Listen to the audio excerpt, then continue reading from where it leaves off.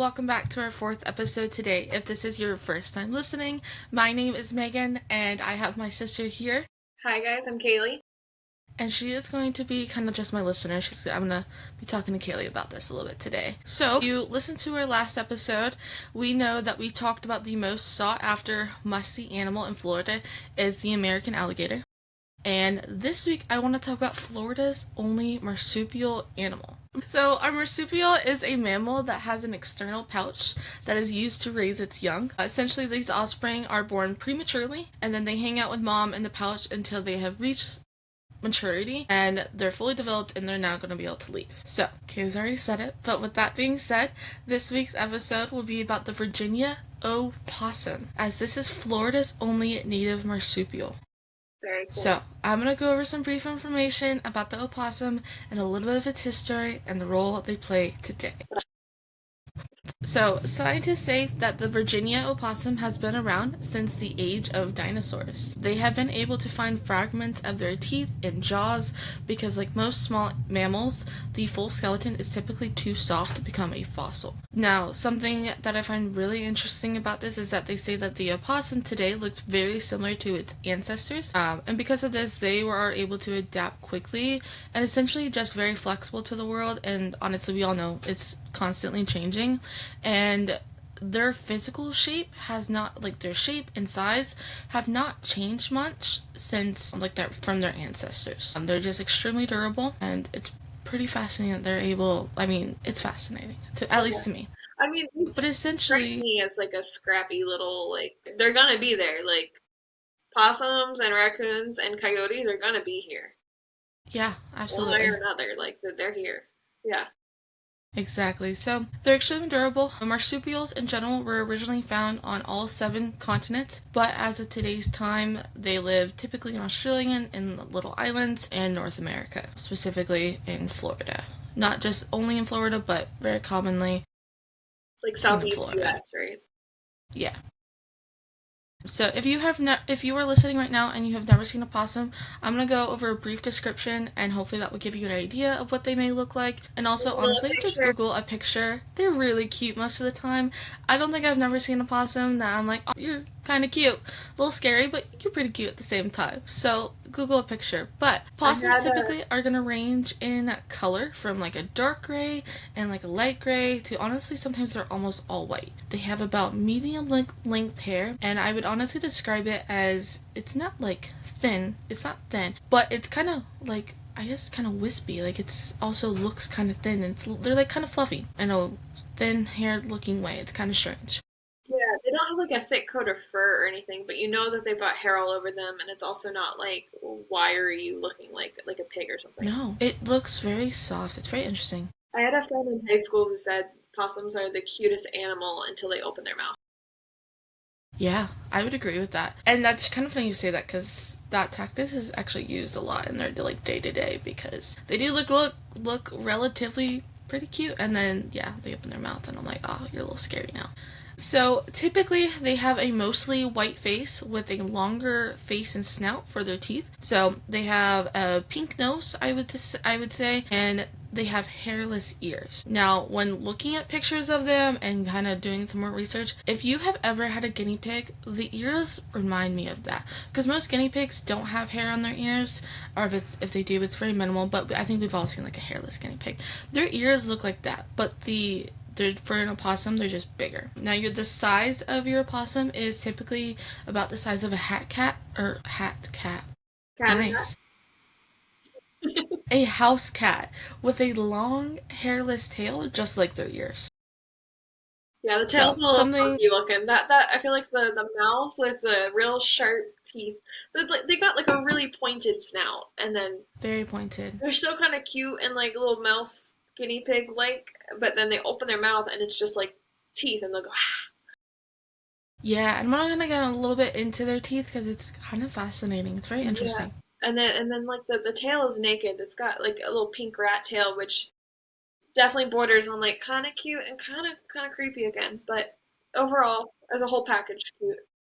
Right? So, something that I thought was super interesting, and Kelly just kind of talked a little bit about it, but they actually have about 50 That's a lot of teeth for an animal that's described as the size being a house cat. That is a lot of teeth. Yeah. And it kind of makes sense to me why they were able to find fossils of their jaw and their teeth. Because that is a lot. And if that makes for like a very distinctive jaw.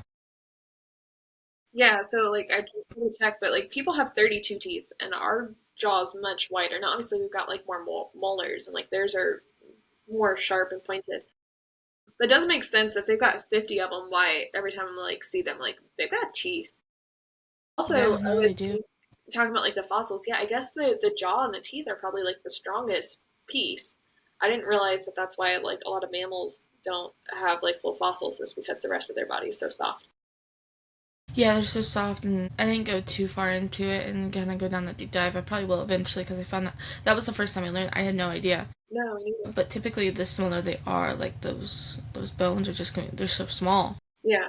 and they break down. They break in general. They just break easily and things too, and it's a lot harder to put that back together. So basically, opossums have 50 teeth. This is more than any other mammal in North America. Something I also did not know. Now, with this teeth, they have lots of different benefits. So, having so many teeth is going to allow for them to bite, tear, and crush their food. This allows them to eat fruit, worms, snakes, garbage, and insects, as well as any garbage. Basically, I mean, any garbage that we leave out. We've already talked about how sharp their teeth are. Us leaving out garbage in a super thin plastic bag makes for easy and like perfect food. Essentially, opossums have about 4 canines that make it easier for them to actually use them and climb trees in really any elevated area, especially known for fences, which is why they also get into our trash and garbage so easily, even if we are, putting them away properly. They are just extremely resourceful. Are you saying they use their And teeth to climb? Oh, yeah, like they have so did many not know teeth and that. they go so far back, and those canines that they have, they just use them to like latch onto things. Crazy. I encourage anyone to like look up a picture of like their teeth and see if you can find something that shows them kind of using them in use, because it seems to be pretty crazy. So far, we've learned that opossums use them for their food, they use them for day to day, going through trees, fences, any elevated areas essentially, and then of course, when we all say opossum's super cute until they open their mouth, they use their teeth as a way to scare their predators with imitation. Intimidation.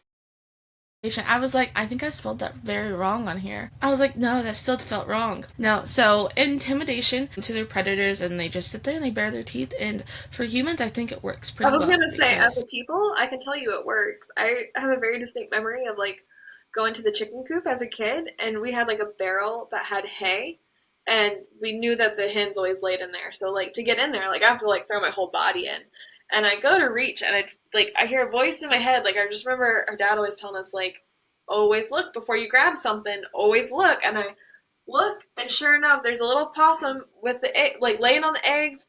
Just had one about to go in his mouth, and he's just looking at me and go, and I'm like, "They're yours. nope, They're yours. I'm out." all yours. No, it definitely it works for them, and I don't know how much it works for like bigger prey. I don't know how much it works, but it definitely works for people, and I think it would definitely work for like, as a lot of their predators are like dogs, raccoons, just different things. Not really so much of raccoons being a predator to them, but they're fighting for food. But They both definitely, I essentially feel want like the same thing. dogs and house cats are gonna be like, maybe not. Maybe not. You're gonna Yeah, mess me up. absolutely. Yeah. Absolutely. So their teeth are extremely resourceful to them. And I'm going to kind of go touch back onto that a little bit later because opossums are extremely underrated, I think. So, like we know that the opossum is a marsupial. So, the female opossum is going to give birth to the babies premature, and then they're going to stay in the pouch with mom until they have reached maturity for about 8 to 10 weeks. The average litter can include up to about 20, but typically around 8 to 9 babies is the average. Now, the babies when they are first born, they are extremely small. And honestly, Kelly, I don't know. Do you know how small they are? I mean, I'm assuming just based on like what I know about other marsupials, like they're probably like just these little pink things that have like no ability to do anything, right? Yeah, what's your best guess on size? Because I was shocked when I found this. Oh. I feel like it should be like the size of my thumb, but I feel like the way you're setting this up, you're gonna be like the size of a quarter or something. So close. So basically, when they are typically they're no bigger than a dime or the size of a honeybee. Whoa, Like I mean, they are tiny, that's so much smaller than I thought. It doesn't seem tiny. possible that something can exist that It small. doesn't seem like it's possible, but it makes sense that it's totally necessary because if you think a possum is considered the size of a house cat, and they're typically it's normal for them to have 8 to 9 babies, and it makes sense that they have to be so small. Yeah, And I mean, it's crazy. I thought it was crazy. that is. And I was like, maybe that's fake. And then I ended up finding a couple resources that were like, no, they are just extremely tiny. I found some different pictures that compared the size of a dime, or I'm sorry, yeah, a dime and a baby. And I was just like, that seems unreal. Wow. So extremely small. But they are, once they do reach maturity, they will transition from the pouch to mom's back. And basically, they'll be on mom's back or they'll follow behind her for about 6 more weeks. I did learn that it is pretty typical for mom to decide that she is weaning them off. She is done. She will shake them off or remove any babies remaining on her, and she'll decide to go ahead and move to another area. And that's Basically, a mom is picture you like, need to okay, look up too. Possums on yes, baby, like absolutely. baby possums on their back, because no, they're literally just like hanging on. They are just holding on the sides, and I think that's also why they have to use their teeth and things, and why their jaws are so strong, and why it's necessary. Because if you have 8 babies on you, and I know we just talked about how small they were, but by the time they've reached maturity, they've gotten a lot bigger. I would say they're probably like this big or so. Like oh Like kittens, like decent sized kittens. yeah, Yeah. and mom is just gonna hold them, and that typically, like I said, that typically lasts about 6 weeks until mom is just like, okay, I've done my job here. You're Yeah. done shaking you guys off. So I encourage you guys to definitely look up. Also, please look up a picture of it. It's It's so super funny crazy. because I kind of thought that that was like urban myth. Like those pictures weren't really real, or like I'd seen it illustrated in books and stuff. But yeah, that's no, that's how that's happening. No, definitely how it's happening, and I was like, okay, good for you, mom. Set that boundary. Now, possums are not typically known to stay in one area. They are meant to move around, and so the biggest time that they really start to, like, they're definitely going to move is once they've decided that, all right, they're done with the babies, they have reached maturity, time to go do your own thing, shake them off. They're going to go ahead and move on to another area, and I'm going to make a joke here. And honestly, I imagine that is partially why the possum crosses the road. Pun intended, dad joke intended. No, do you I had to remember go our for dad's it. joke? No, not fully. I just always remember why the possum crossed the road, and I was like, It was, well, this is fitting. why did the chicken cross the road? To show the possum it could be done. You're right. The possum roadkill joke. This is his You're favorite. right. Yeah, you're right. He's not entirely wrong. No, He's not it entirely was wrong. pretty good actually. Yeah, no, that is a good one. That So, is good. anyways, possums travel. They sometimes get hit by cars. Pretty often, actually, get hit by cars.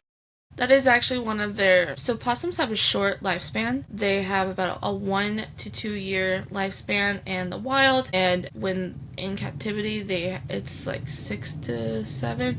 It's a lot more. It kind of ranges. It really depends on what. Raised in captivity from the start, it's longer. From wild to captivity, it increases more than the 1 to 2 years. But in the wild, definitely have a very short lifespan, and that is due to kind of lots of different things. Not so much that they have bad health or anything, just the fact of roadkill. We see, unfortunately, we hit them on the road because they're passing the road or crossing on the road. Loss of habitat, not that they require too much, but loss of habitat technically is still an issue for them. And predators, of course, coyotes, bigger prey, that is an easy for them to go The more ahead and. people, the more roads, the more cars, the more problems. But also, they're of that variety of animal that's like we're just gonna have a crap ton of babies that make it to maturity. You know, Exactly. And they did have like pretty good rates, or yeah, rates that like just I don't have them. I didn't go ahead and provide them for this one. But they do have like pretty good, like mom wants to keep her babies and she's gonna try everything. Now occasionally they fall off, and if mom doesn't notice in time, because again she's got probably 8 other babies hanging on her, either that one is gonna make it or it just kind of depends. Yeah. But overall, It's they have having like a better pretty rate good of rate. maturity than like the gators with like 100 eggs and like Yeah, only a yeah, handful make. exactly. So yeah, that makes sense. Yeah.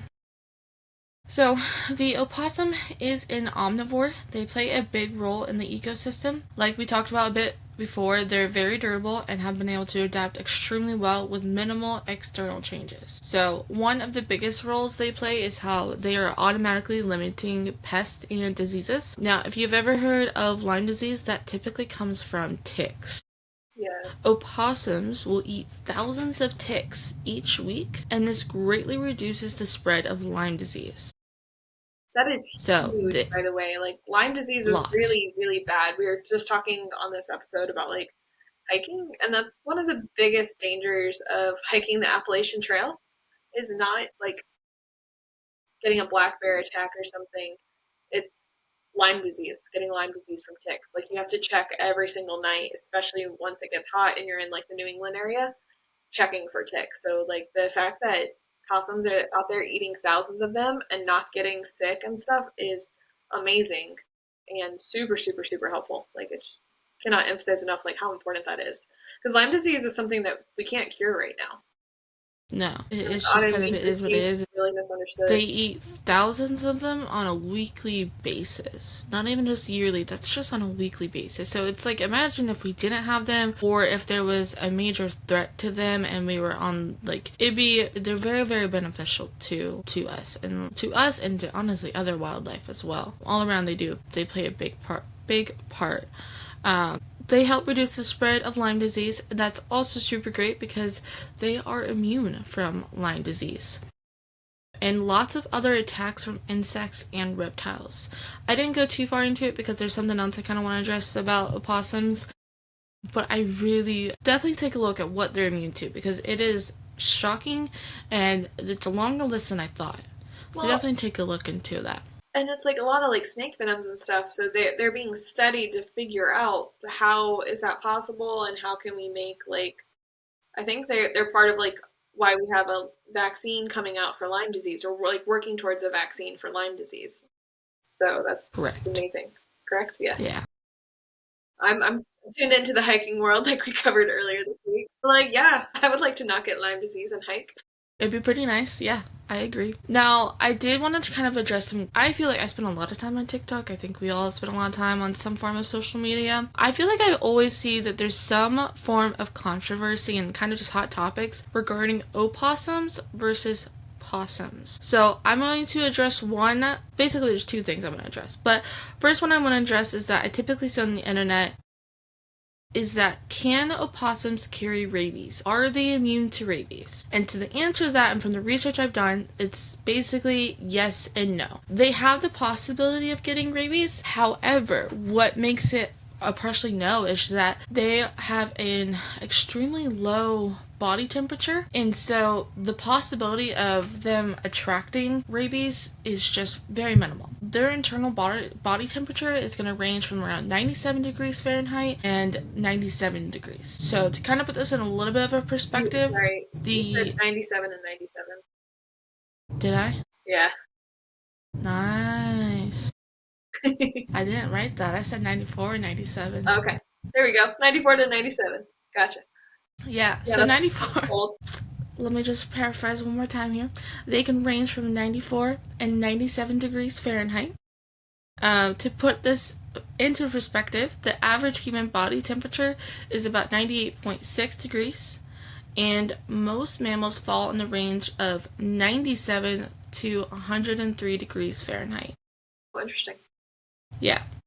So the odds of a possum getting rabies has about a 1% chance. It is very, very unlikely. Now, something I did not know I could find, and I ended up finding, was that I found a report from 2024 from Florida Gov Rabies, and that is reported cases, and I'm going to have it included so that you guys can view this as well, but you can view on how many cases per county, and raccoons and bats were one of the highest that were on there. And there's a couple other lists of other wildlife. There's some domestic animals on there as well. But I went through a couple years, and the opossum was not listed. Nice. Well, And so it's just pretty solid. very uncommon that they get it. Yeah. I find it super interesting. I feel like I've seen so many videos and people being like, in comments, being like, oh no, they can't get it at all, like it's not possible. And not necessarily true. It's definitely a possibility. It's just very unlikely for rabies to be able to basically, I guess, adhere itself to the opossum, essentially, because of body temperature and different things. Yeah. Now, we've learned that, they are immune to Lyme disease. They are very unlikely to get rabies. Does not limit, and they do carry diseases. They are not just like this cleanest animal out there. They are known to carry quite a few, actually. I did not go into the names because honestly, I can't pronounce them to save my life. But honestly, you can go into Google and just be like, what diseases do opossums typically carry? I believe one of them was about like tuberculosis, was a very common one, extremely common actually. And there was just, like I said, there was quite a few there. I just was not going to even try to pronounce them in this podcast. Gotcha. I encourage you to just go look it up. Just take a look. Yeah. Well, I mean, it makes sense. Like, they're really good and avoid a lot of things, but they're still a wild animal. Still don't need to be touching them. Exactly. Still don't need to be all up in their space. It's not good for them. It's not good for us. It's just the reality of it. Yeah. I like the myth busting about the rabies, though, because I've definitely seen those, too. Don't yeah, me too. And that's kind of why I was like, I just want to address this. Let's get into it. And so I feel like, the second controversial topic is something that honestly, I have probably got my entire life calling these animals possums. It wasn't until researching and learning this today that North America has opossums and Australia has possums. To say that I was in shock and wanted to fact check this a couple of times was an understatement. I definitely went through several resources and I was like, is this really true? And so there very much is. I'm going to go over a brief difference between the two, and that's going to be besides the spelling. The possum that is native to Australia and other nearby islands is similar in size but looks a bit darker with more of a brown, sometimes copper color, and they essentially are missing the white, super long, narrow face. I would say that their face is a little bit more kind of flattish, I guess, besides our opossum. Their ears and tail also have hair on them instead of like the North American opossum is hairless. And one of the biggest difference in how they give birth to their offspring, we learned that the opossum will have about 8 to 9 babies, while the possum will have one offspring at a time, and they are sometimes referred to as joeys, which I thought was only related to like kangaroos, but I guess that kind of falls under marsupials in general. Australian. And they are similar to kangaroos because there's only going to be one that they're going to raise. And so, essentially, North America has adapted the name. We just decided to call them possums for the most part. But we technically have the Virginia Opossum with the O in the beginning. And so, I honestly have gone my whole entire life saying possum. I very much so struggle when I'm writing this and trying to think about what I wanted to talk about. I was like, possum. And I was like, no, it is technically an opossum, and we're going to try my best to say it. So, moving forward, I will hopefully remember to say opossum, but essentially, there is a very big difference. North America has the opossum, and Australia has that possum. I was going to be very biased and be like, ours are cuter. But theirs are also kind of cute. No, they're not cuter. I think they're just different. Yeah. I think both are really, really cute. I've seen some that, yeah, they're just cute. They're just different. There's somebody watching this that is like, they're just glorified rats, and you guys are crazy. Oh, yeah, absolutely. Where I'm talking about, like, oh, I think they're underrated, and there's just definitely going to be people that are like, it's an outside rat. A big outside rat. Yeah. You can always, instead of trying to remember opossum, just do what Jared does and say opossum. No, does he really? Of course. Oh, no. Oh, no. I mean, ironically and for fun, but yes, of course. I don't know. It doesn't really surprise me, honestly.